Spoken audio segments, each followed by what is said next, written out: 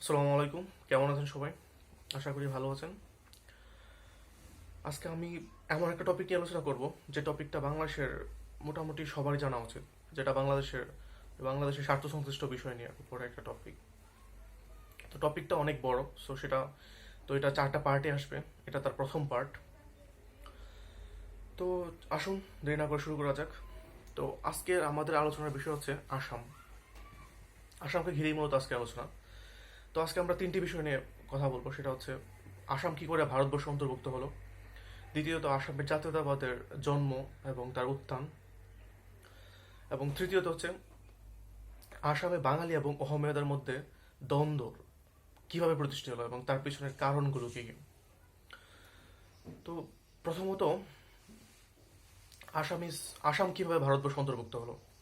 তো আপনারা যদি আজকে ভারতের ম্যাপের দিকে তাকান তো দেখতে পাবেন যে নর্থ ইস্ট ভারতবর্ষের অন্তর্ভুক্ত, কিন্তু ঐতিহাসিকভাবে নর্থ ইস্ট কখনোই ভারতবর্ষ অন্তর্ভুক্ত ছিল না। ভারতের যে বিগেস্ট এম্পায়ারগুলো, সেটা গুপ্তা এম্পায়ার, মৌরিয়ান এম্পায়ার কিংবা মুঘল এম্পায়ার, তাদের তাদের কারোরই কর্তৃত্ব ছিল না আসামের উপর। আসাম বরাবরই একটা স্বাধীন কিংডম ছিল। 14 শতাব্দী হতে 1824 সাল পর্যন্ত আসাম সবসময় কোনো না কোনো অহম কিংডমের অন্তর্ভুক্ত ছিল। 1826 সালে প্রথম আসামে ব্রিটিশদের কর্তৃত্ব প্রতিষ্ঠিত হয়।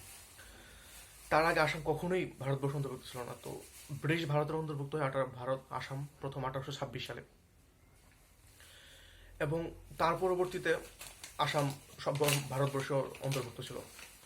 তো এতদিন পর্যন্ত আসাম ভারতবর্ষ থেকে বিভক্ত থাকার কারণে আসামের যে ভাষা, সংস্কৃতি, ধর্ম, কাস্টম সবকিছুই বাকি ভারত থেকে অনেক ভিন্ন। এই জন্য আজও আসামিজরা তাদের ভাষা এবং সংস্কৃতি নিয়ে অনেক বেশি গর্বিত, এবং তারাই তাদের ভাষা এবং সংস্কৃতি নিয়ে খুবই সেন্সিটিভ। তার কারণ হচ্ছে এইটা যে আসাম বরাবরই ভারত থেকে বিচ্ছিন্ন ছিল। আপনারা যদি একটা যুদ্ধের কথা আপনাদের যদি জানা থাকে, সেটা হচ্ছে ব্যাটেল অফ সারাইঘাট, যেটা 1682 সালে মুঘল এবং অহম কিংডমের মধ্যে সংঘটিত হয়। মানে মুঘলরা অনেক চেষ্টা করছে আসামের উপর কর্তৃত্ব পাওয়ার জন্য, কিন্তু তারা শেষ পর্যন্ত পারে নাই। আচ্ছা, এখন আসা যাক যে আসামের জাতীয়তাবাদের উত্থান কি করে হলো।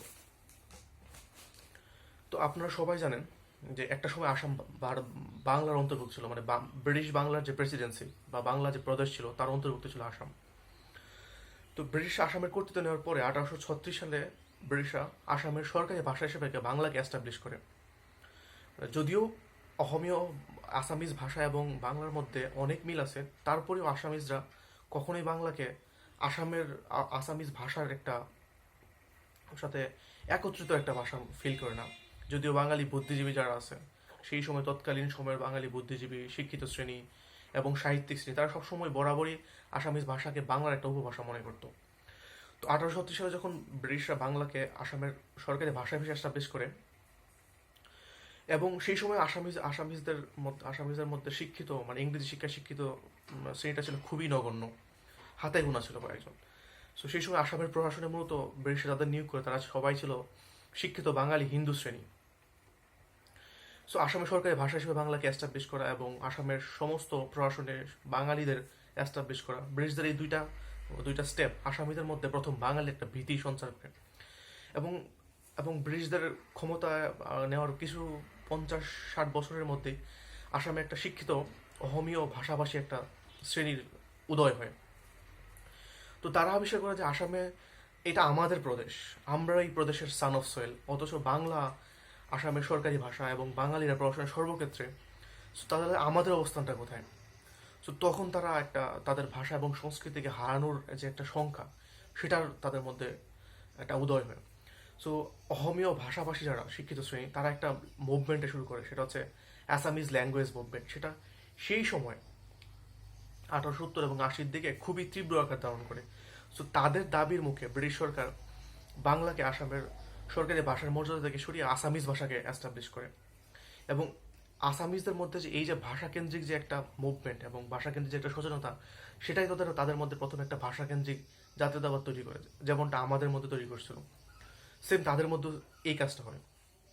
সো এইভাবে তাদের মধ্যে ভাষাকেন্দ্রিক একটা জাতীয়তাবাদ তৈরি হয়, এবং পরবর্তীতে সেটা বিভিন্ন প্রেক্ষাপট এবং বিভিন্ন ঘটনার মধ্য দিয়ে সেটা আস্তে আস্তে আস্তে আস্তে আরো আসামিজ ন্যাশনালিজমটাকে আরো বিকাশের দিকে নিয়ে যায় এবং আরো স্ট্রং হয় আসামিজ ন্যাশনালিজমটা। এখন আসা যাক বাঙালি এবং অসমীয়াদের মধ্যে দ্বন্দ্ব। তো বাঙালি এবং অসমীয়াদের মধ্যে দ্বন্দ্ব কোনো নতুন কোনো ঘটনা, এটা বিগত 150 বছরের ইতিহাস। তো আসাম যখন বাংলার সাথে অন্তর্ভুক্ত হয় এবং যখন ব্রিটিশ যখন আসামের ক্ষমতা নেয়, তখন আসামে চায়ের বাগান শুরু করে ব্রিটিশরা। আপনারা নিশ্চয়ই জানেন যে চায়ের আবিষ্কার হয় চীনে, এবং চায়ের উৎপাদন এবং চায়ের এক্সপোর্টের দিক থেকে চীনের একচ্ছত্র আধিপত্য ছিল। পর্তুগিজের মাধ্যমে চা প্রথম ইউরোপে যায়, এবং ইউরোপিয়ানরা একটা সময় চায়ের প্রতি এতটাই এডিক্টেড হয়ে পড়ে যে মানে অনেক চড়া দামে ইউরোপিয়ানরা চীন থেকে চা নিয়ে যেত, এবং চায়ের যে পেমেন্ট হইতো সেটা গোল্ডে হইতো। তো এই জন্য ব্রিটিশদের অনেক লস হইতেছিল। তো ব্রিটিশরা ভাবতে শুরু করে কি করে এবং কিভাবে চীনের যে চায়ের উপর একচ্ছত্র আধিপত্য সেটা নিয়ন্ত্রণ করা যায় এবং সেটা ভাঙা যায়। তো ব্রিটিশরা জন্য একটা প্ল্যান বের করে, তারা একটা গুপ্তচর পাঠায় চীনে চায়ের গাছ নিয়ে আসার জন্য, এবং চা কিভাবে উৎপাদন করা হয় এবং চা পাতা থেকে কিভাবে চা তৈরি করা হয় সেটা শিখে আসার জন্য। যদিও সেই গুপ্তচর সফল ছিল তার কাজে, সে লুকিয়ে কিছু চা গাছ এবং চা উৎপাদন করার প্রক্রিয়া শিখে আসে, কিন্তু সেটা আসামের গরম আবহাওয়ায় সেই চা গাছগুলো বাঁচতে পারে না, সেগুলো মারা যায়। তো পরবর্তীতে একজন স্কটিশ, রবার্ট ব্রুস নামের একজন স্কটিশ, তিনি আসামে একটা চায়ের গাছ উৎপাদন করেন, একটা নেটিভ চা গাছ, যেটা একদম চীনের চা গাছের মতোই এবং স্বাদও ছিল ওইটার মতোই। তো পরবর্তীতে ব্রিটিশরা আসামের এই চায়ের ব্যাপক উৎপাদন শুরু করে, মূলত ইউরোপে চায়ের ট্রেডটাকে তাদের হাতে নেওয়ার জন্য। সো তারা যখন আসামে চায়ের প্ল্যান্টেশন শুরু করে, সো তখন তাদের শ্রমিকের দরকার ছিল, কারণ আসাম ছিল একটা জঙ্গলাবৃত একটা এরিয়া। সো তাদের সেই জন্য দরকার ছিল এমন কিছু শ্রমিক যারা কৃষিকাজে খুবই দক্ষ এবং খুবই পরিশ্রমী, কিন্তু আসামিজরা জাতিগতভাবে এবং ঐতিহাসিকভাবে তার কৃষিকাজে ততটা দক্ষ ছিল না। সো ব্রিটিশরা সেই জন্য সিলেক্ট করে মূলত বাঙালি এবং বিহারিদের, মূলত বাঙালিদেরকেই, বিহারিরা সংখ্যায় কম ছিল, কারণ বাঙালিরা ঐতিহাসিকভাবে কৃষিকাজে খুবই দক্ষ। সো ব্রিটিশরা 1836 সালের পর থেকে বাঙালি মাইগ্রেশন শুরু করে মূলত ট্রি প্ল্যান্টেশন করার জন্য এবং আসামে কৃষিকাজের বিকাশ ঘটার জন্য। তো এইভাবে ধাপে ধাপে বাঙালি মাইগ্রেশন শুরু হয়, মূলত পশ্চিমবাংলা এবং বাংলাদেশ থেকে সেই সমস্ত বাঙালি গিয়েছিল।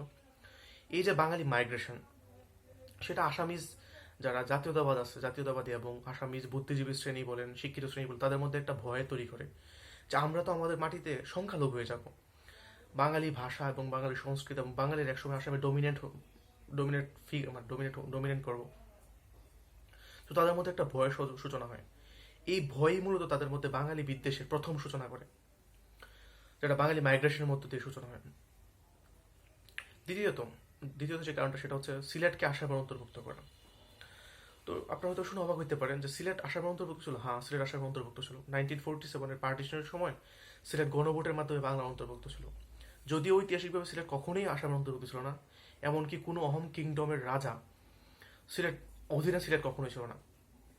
কিন্তু ব্রিটিশরা যখন আসামের সরকারি ভাষা হিসেবে বাংলার পরিবর্তে আসামিজকে এস্টাবলিশ করে পরবর্তীতে, এবং তারপরে ব্রিটিশ একটা কাজ করে, সেটা হচ্ছে 1874 সালের দিকে ব্রিটিশরা বাংলার একটা জেলা সিলেটকে আসামের সাথে সংযুক্ত করে, এবং তখন আসামিজদের মনে একটা ভয়ের সঞ্চার হয় যে, কারণ সিলেট মূলত বাঙালি সংখ্যা মেজরিটি এবং বিশেষত বাঙালি মুসলিম মেজরিটি।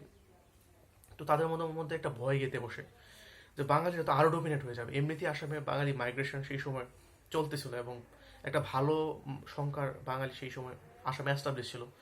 তো এখন সিলেটকে আসামে অন্তর্ভুক্ত করার ফলে আরো অধিক বাঙালির আগমন ঘটবে আসামে। সো তারা তাদের প্রদেশে, সেটা রাজনীতিতে বলেন, সেটা প্রশাসনে বলেন, সো তারা একটু ভীত ছিল যে আমরা হয়তো বা বাঙালিদের কাছে সাথে প্রতিযোগিতা টিকতে নাও পারি, বা আসামে হয়তো বা বাঙালিরা ডোমিনেন্ট হয়ে যেতে পারে। সো তাদের মধ্যে এই সিলেট আসামে অন্তর্ভুক্ত করার পরে আরেকটা ভীতি সঞ্চার হয়। তারা চাইতেছিল না যে সিলেট আসামে অন্তর্ভুক্ত, যদিও ব্রিটিশরা সেটা আসামে অন্তর্ভুক্ত করেই। সো ব্রিটিশদের এই পদক্ষেপ তাদের মধ্যে বাঙালি যে ভীতি, সেটার একটা আরো একটু সূচনা একটু বৃদ্ধি করে, ইনক্রিজ করে। এখন সেটা তৃতীয় যে কারণটা, এবং এটা আসামিদের মধ্যে বাঙালিদের প্রতি যে বিদ্বেষ, সেটার চূড়ান্ত মাত্রা দেয়, সেটা হচ্ছে আসামের যে রাজনীতি, সেই রাজনীতিতে বাঙালি মুসলিমদের এগিয়ে যাওয়া। আপনারা নিশ্চয়ই জানেন 1937 সালে পুরো ব্রিটিশ ইন্ডিয়াতে প্রাদেশিক নির্বাচন হয়। তো 1937 যে প্রাদেশিক নির্বাচন, সেই প্রাদেশিক নির্বাচনে আসামে ক্ষমতায় আসে মূলত মুসলিম লীগ, এবং সেটা মূলত সম্ভব হয় মূলত সিলেট এবং বরাক ভ্যালি ও ধুবড়ি, এই সমস্ত মুসলিম জেলাগুলোর কারণে, বাঙালি মুসলিম মেজরিটি জেলাগুলোর কারণে, এবং মুসলিম লীগের মুখ্যমন্ত্রী মোহাম্মদ সাদাতুল্লাহ। তো মুসলিম লীগের ক্ষমতায় যাওয়া এবং নির্বাচনে জিতে যাওয়া, সেটা সেই সময় অহমীয়দের মধ্যে একটা মানে মারাত্মক বাঙালির প্রতি একটা বিদ্বেষ তৈরি করে। এবং সেই সময় তৎকালীন যে কংগ্রেস নেতা গোপীনাথ বরদলৈ, তিনি অহমীয়দের খুবই একজন জনপ্রিয়, যিনি পরবর্তীতে আসামের মুখ্যমন্ত্রী হন, মানে ভারতবর্ষ স্বাধীন হওয়ার পরবর্তী পরে।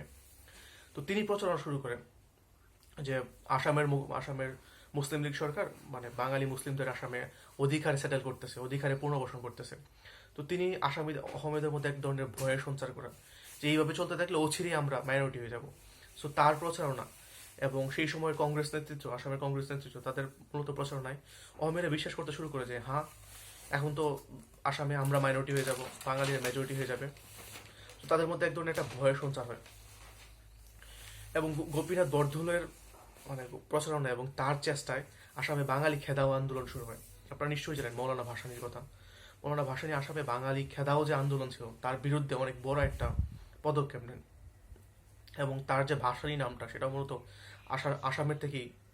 আসামের লোকজনের কাছ থেকেই পাওয়া। সো গোপীনাথ বরদলৈ বাঙালি খেদাও আন্দোলন শুরু করেন এবং যেটা একসময় ব্যাপক মাত্রা পায়। এবং এটাই ছিল সেই পদক্ষেপ যার পরবর্তীতে ভারতবর্ষ স্বাধীন হওয়ার পরে আসামে বাঙালি মুসলিম এবং অহমেদের মধ্যে দ্বন্দ্বটা চরম মাত্রা পায়। এবং গোপীনাথ বরদলৈর প্রেশারের কারণে মূলত নেহেরু সরকার রাজি হয়েছিল যে 1951-এ আসামে এনআরসি করার জন্য। এবং এটাই ছিল আসামের প্রথম এনআরসির কারণ। তো এটাই ছিল মূলত প্রধানত তিনটি কারণ, যে আসামে বাঙালি মাইগ্রেশন, আসামে বাংলা ভাষা সরকারি ভাষা হিসেবে এস্টাবলিশড হওয়া, এবং ভোটের রাজনীতিতে মুসলিমদের এগিয়ে যাওয়া। এই তিনটা মূলত কারণ ছিল। আরও অনেক কারণ ছিল, কিন্তু আজকে সময় স্বল্পতার জন্য আমি সবগুলো কারণ ব্যাখ্যা করতেছি না। তো এইসব কারণেই মূলত আসামে বাঙালিদের প্রতি অহমীয়দের যে একটা বিদ্বেষ, সেটার সূচনা এবং বিকাশ। তো আজকে এই পর্যন্তই। এইটার আরও 3টা পর্ব ধাপে ধাপে আসবে। তো আশা করি আপনারা সবাই সাথে থাকবেন, সাবস্ক্রাইব করবেন, লাইক করবেন। ধন্যবাদ। আসসালামু আলাইকুম।